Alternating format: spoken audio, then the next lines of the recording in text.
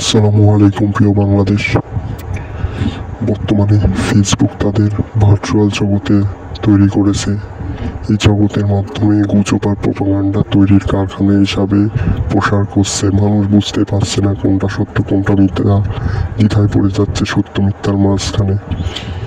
আর বিশেষ করে বাংলাদেশ আর এই উপমহাদেশ গুজব তৈরি করার আব্বা, প্রোপাগান্ডা ছড়ানোর আব্বা। একে অন্যের পিছনে লাগতে লাগতে মানুষ বুঝতেই পারছে না কোনটা পাপ আর কোনটা পুণ্য।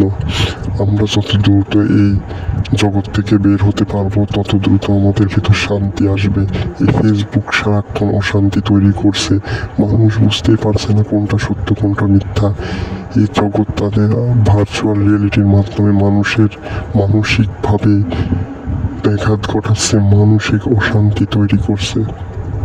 যত দ্রুত সম্ভব এই জগৎ থেকে বের হতে হবে। এটা তাদের একটি আলাদা ইনকাম সোর্স।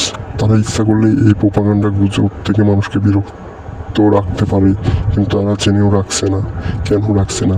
এই এআই জগৎ মানুষকে শেষ করে দেবে। অতএব যত দ্রুত সম্ভব এর থেকে বের হতে হবে।